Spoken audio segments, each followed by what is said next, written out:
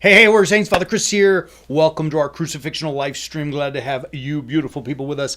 Greg has kicked us off great this week with lessons and teachings yesterday and Monday about his two balls.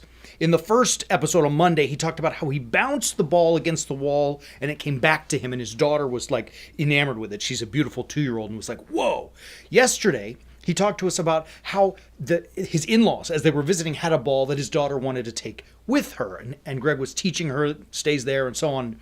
Beautiful lessons. And it made me think, really notice something powerful, that Greg is raising a beautiful daughter together with his beautiful bride.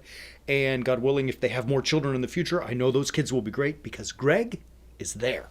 He's present.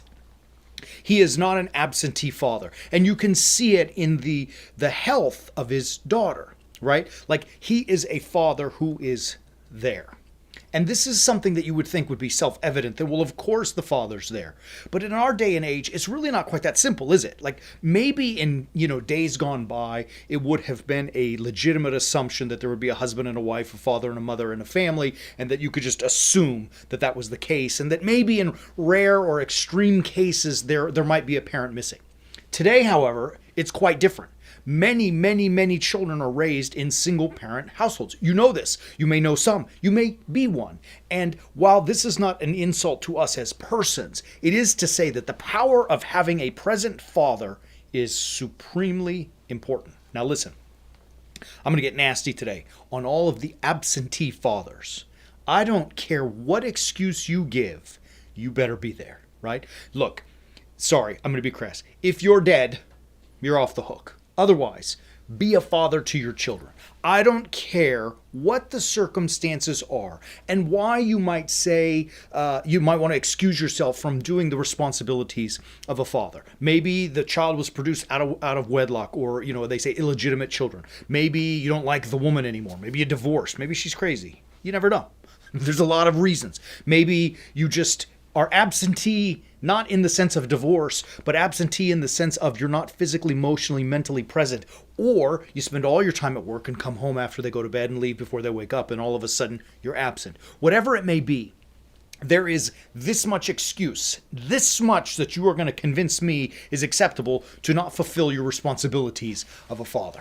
Now, let me tell you something. As I was studying scripture, all of our lessons are always biblically based, because that's the great wisdom. It comes from God, not from Father Chris. I'm nothing. Greg is nothing. We're nothing. God is all. And so we try to find wisdom. And I was looking in Proverbs, which is a book replete with verses about fathers and their children. And I was looking to find a verse, any verse in Proverbs, that says, hey, father, treat your son well. Hey, father, treat your daughter well. Hey, father, be there, be present. I scoured it. To the best of my search engine's ability, I found this many verses that spoke like that. All of the rest of the verses in Proverbs that have the word father or fathers were to the son or to the daughter, listening to your father, respect your father, understand the wisdom of your father's words. And all of the texts were about directed to the person to respect and learn from their father. And while I know every father's not great, I'm a sinner too, but it did say something to me, that it is an assumption for the book of Proverbs that the father is present in his teaching, right? Like, I couldn't find a verse that told the father how to do it, but the assumption was there that he was doing it. And you and I, as children, better be attentive to it. Do you see, like, the Bible's assumption is that the father is there to teach and raise his children, right? Now, look, there are things that, the beauty of, I'll probably talk about this tomorrow, it's in my mind, but the beauty of a male and female husband and wife team, as opposed to sometimes you see, homosexual couples where they have the same gender parent.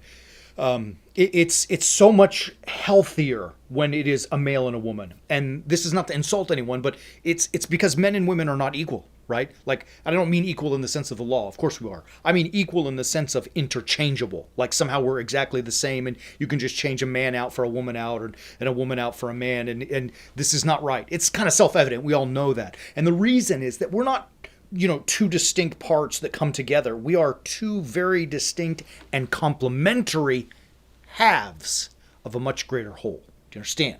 Like, there are things that my bride can do that I cannot. She is much more nurturing, much more loving, much more patient, much kinder. She understands my kids' way better than I can, right? Like I can't even compete with that. But there are some things that I can do that she cannot. One of them is even the cadence and the tone of my voice. And you may be saying, Father Chris, that's not a big deal. Yeah, oh yeah, it's a big deal. The depth of a father's voice, as opposed to a higher pitch for his mother, their mother's voice, is powerful because it introduces the idea of authority to the children and of seriousness, right? Like it introduces the idea, ultimately, of how we listen to our fathers. We must also listen to God, who is the ultimate father, right? The idea of the father as a disciplinarian, to set walls and boundaries in order to protect our children. This is essential. It is not something that the mom doesn't do, but it is something that is incumbent upon the father to do. All of that to say, fathers, I don't care who you are or what you think may be the problem. Do your business. Be present. Be with your kid's life. Look, I know it's not always easy because there are things that get in the way. I mean, we do have to work. And sometimes our relationships with the wife or the mother of our child doesn't work out. And maybe we do need to go separate ways. And, maybe a million other things could happen.